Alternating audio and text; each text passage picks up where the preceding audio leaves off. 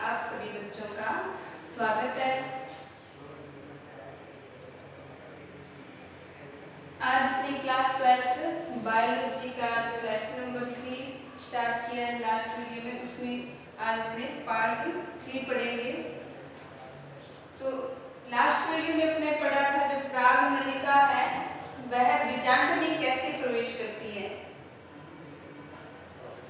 अब आगे अपने बीजांड में प्रवेश करने के बाद में जो प्रागनली है वो भ्रूण कोश में कैसे प्रवेश करती है उसके बारे में पढ़ेंगे। अपने पढ़ा प्रागनली है वो बीजांड में एक तो बीजांड द्वारी प्रवेश होता है, एक निभागीय प्रवेश होता है और एक अध्यावरणीय प्रवेश होता है। तो इसके बाद में बीजांड में प्रवेश करने के बाद जो प्रागनली है वह बीजांड के अंदर स्थित भ्रूण कोश होता है। इस तरह से अपने बीजांड के डायग्राम का पता है सभी को आपको।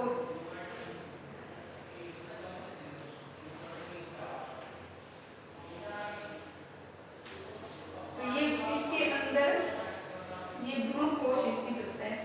ये हो गया बीजांड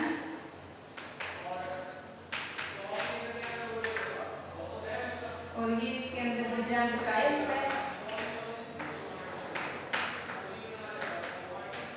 ये अंदर वाला भाग है ये भ्रूण कोश होता है और इसमें ये कोशिका होती है। अब अपने पढ़ा था लास्ट में कि बीजांड द्वारा प्रागनली एक तो बीजांड द्वारा प्रवेश होता है, एक इस तरह से निभाग से प्रवेश करती है और एक अध्यावरणीय प्रवेश होता है। इस तरह से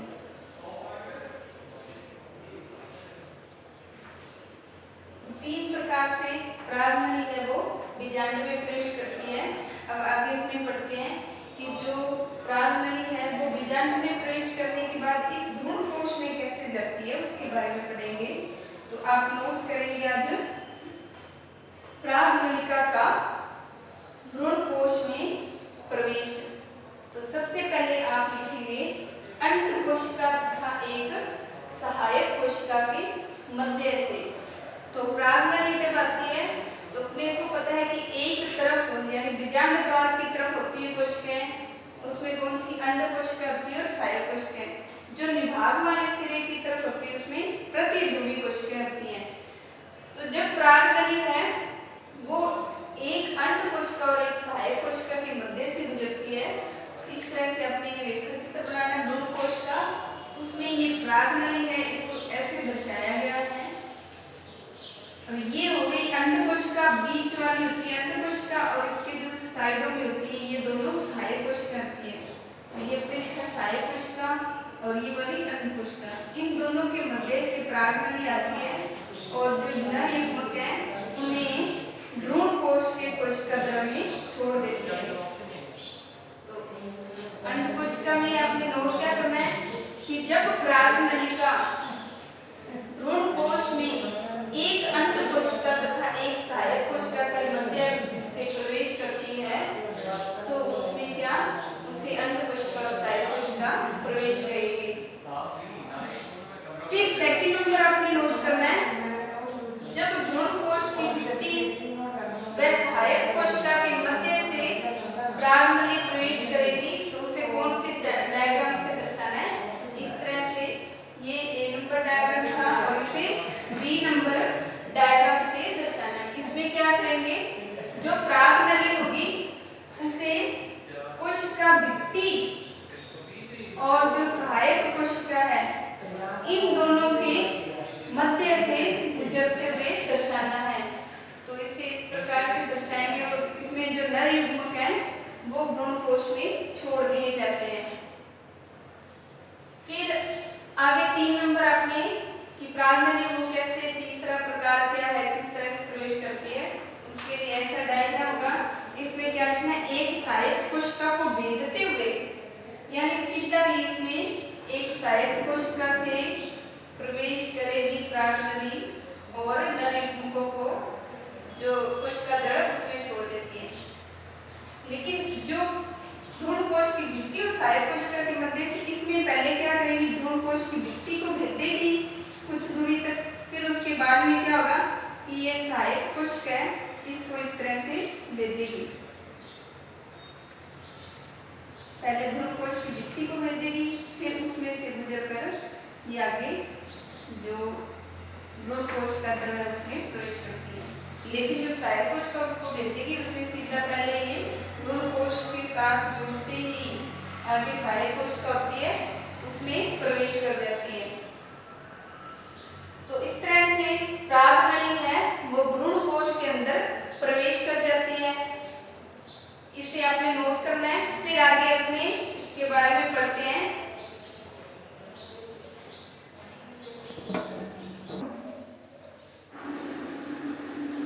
फिर इसके बाद में आपने हेडिंग डालनी है द्विनिषेचन व त्रिक संलयन। तो द्विनिषेचन किसे कहते हैं और त्रिक संलयन किसे कहते हैं?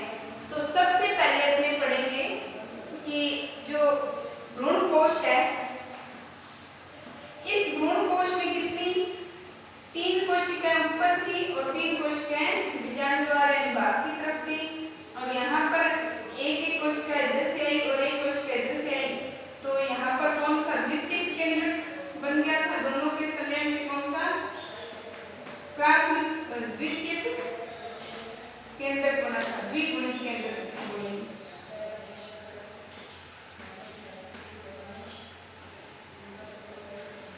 अब इसमें क्या, जो प्रागनली है वो प्रागनली प्रवेश करती है तो एक उसमें क्या होते हैं, नर युग्मक होते हैं। प्रागनली जब इसमें प्रवेश करती है तो एक सहायक कोशिका नष्ट हो जाती है, एक ही बचती है। उसके बाद में जो नर युग्मक होते हैं वो क्या होते हैं, यहाँ पर प्रागनली का एक छिद्र होता है, उसमें से दोनों नर युग्मक बाहर निकल जाते हैं और ये प्रागनली धीरे धीरे क्या होती है, नष्ट हो जाती है। दोनों नर युग्मक बाहर निकले और ये प्रागनली धीरे धीरे नष्ट हो गई, यानी इन युग्मकों को छोड़कर। अब इसमें क्या होता है, ये मान लो अंड कोशिका है बीच वाली और उसके साइड में कौन सी थी, सहायक कोशिका, ये सहायक कोशिका। अब एक अंड कोशिका से जाकर नर युग्मक जुड़ जाता है। ये नर युग्मक किससे जुड़ गया, इस अंड कोशिका से जाकर जुड़ गया। जब एक अंड कोशिका और एक नर युग्मक दोनों जुड़ते हैं तो उसे क्या कहते हैं, युग्मक संलयन कहते हैं। यानी युग्मकों का संलयन, एक तो मादा युग्मक हो गई अंड कोशिका और एक नर युग्मक हो गया, इन दोनों के संलयन को क्या कहते हैं, युग्मक संलयन। साथ साथ में आप नोट करते हैं ना। तो अब युग्मकों का संलयन क्या कहलाता है, निषेचन कहते हैं। तो एक अंड कोशिका और एक नर युग्मक जुड़ते हैं तो उसे युग्मक संलयन। इस प्रकार युग्मकों का संलयन होना प्रथम निषेचन कहलाता है। तो पहला निषेचन हो गया। अब इसके बाद में क्या होता है, जो दूसरा नर युग्मक है, ये वाला दूसरा नर युग्मक जो प्रागनली ने छोड़ा था, इस दूसरे नर युग्मक का किससे संलयन हो जाता है, यहाँ से आते आते ये किससे जुड़ जाता है, केंद्रक से जुड़ जाता है। पहले ये द्विगुणित केंद्रक था तो द्वितीयक यहाँ से, अब ये द्विगुणित केंद्रक है, उसमें एक ये नर युग्मक जुड़ गया और ये द्विगुणित केंद्रक हो गया।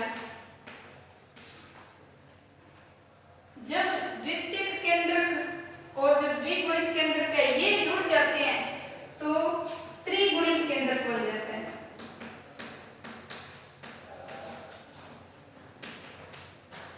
त्रिगुणित कैसे हुआ, क्योंकि पहले एक निभाग वाले सिरे से कोशिकाएं, एक बीजांडद्वार वाले सिरे से, दोनों कोशिकाएं दो थी, दोनों ने मिलकर एक केंद्र बनाया तो वो दो कोशिकाओं ने भाग लिया, इस कारण से द्विगुणित केंद्र का। जब उसमें एक नर युग्मक जुड़ गया तो पहले द्विगुणित था, फिर एक और जुड़ना तो 3 कोशिकाओं का गुणन हो गया, इस कारण इसे त्रिगुणित केंद्रक कहा गया। तो द्वितीयक केंद्रक जो पहले था और प्लस दूसरा नर युग्मक जुड़ गया, ये दूसरा नर युग्मक है, इन दोनों के संलयन को क्या कहते हैं, त्रिगुणित प्राथमिक भ्रूण कोश केंद्रक। तो कौन सा बनेगा ये, त्रिगुणित प्राथमिक भ्रूण कोश केंद्रक। तो इस प्रक्रिया को क्या कहते हैं, त्रिक संलयन। यह क्रिया क्या कहलाएगी, इतनी प्रक्रिया है जो इसे क्या कहते हैं, त्रिक संलयन। तो त्रिक संलयन में क्या होता है, पहले द्विगुणित केंद्रक होता है, उससे एक नर युग्मक जुड़ता है तो त्रिगुणित केंद्रक बनता है, जिसे त्रिक संलयन कहते हैं।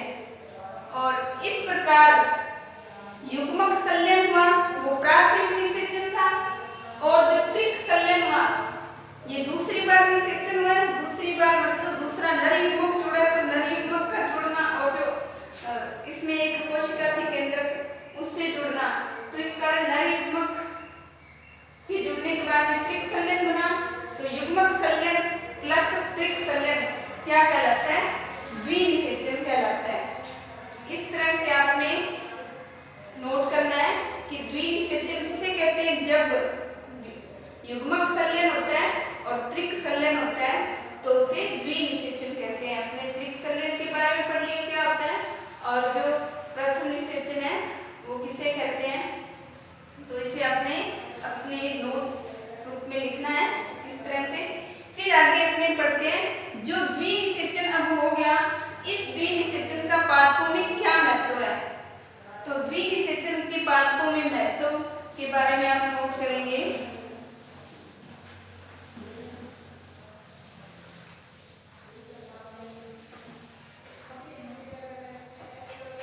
द्विनिषेचन के बारे में नोट करना है आपको।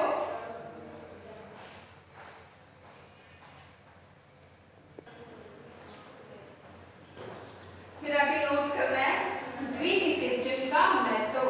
तो जो द्विनिषेचन हो गया मतलब जिसमें युग्मक संलयन और त्रिक संलयन हुआ था उसे द्विनिषेचन का, द्विनिषेचन पादपों में क्यों आवश्यक है, उसका क्या महत्व है। तो एक नंबर नोट करेंगे, जब नर युग्मक और अंडकोशिका संलित होते हैं तो अपने को पता है युग्मनज बनता है, और वो युग्मनज क्या बनाता है? भ्रूण का निर्माण करता है।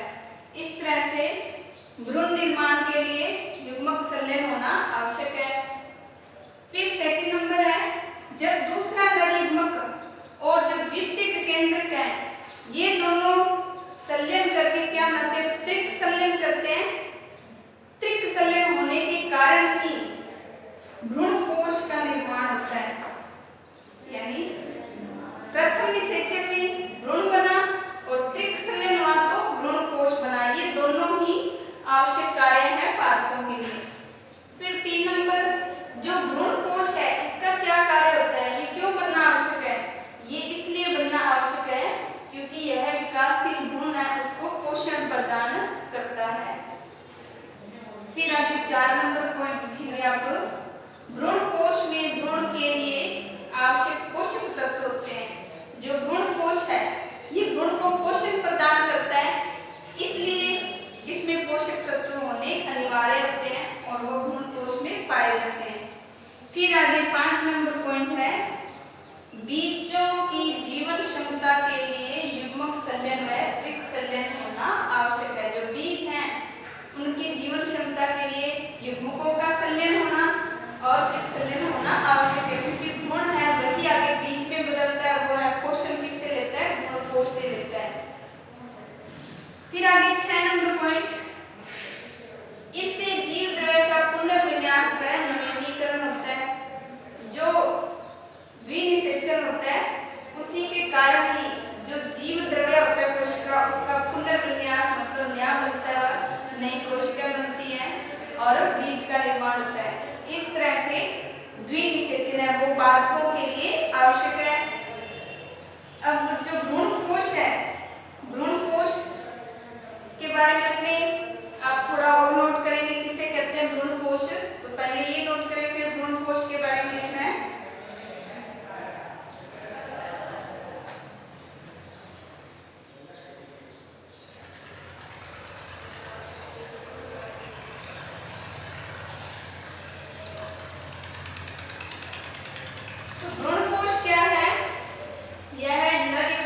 और द्वितीय केंद्रक के संलयन के बाद में बनता है। और भ्रूण कोश है यह क्या कार्य करता है? भ्रूण को पोषण प्रदान करने का कार्य करता है। यह सदैव जो निषेचन होता है उस निषेचन से क्या पहले ही अनावृत बीजी पादपों में भ्रूण कोश बन जाता है, यानी भ्रूण कोश अनावृत बीजी पादप, जो अनावृत बीजी पादप होते हैं उनमें पहले क्या होता है? भ्रूण कोश बनता है और उसके बाद में भ्रूण का निर्माण होता है और अगुणित प्रकार का ये होता है। फिर जो भ्रूण है ये सभी पादपों के लिए आवश्यक होता है, तो ये भ्रूण कोश के बारे में नोट करेंगे। आज अपने जितना पढ़ा है इसके नोट्स तैयार करना। तो नेक्स्ट वीडियो में अपने नया टॉपिक पढ़ेंगे भ्रूण कोश के प्रकार।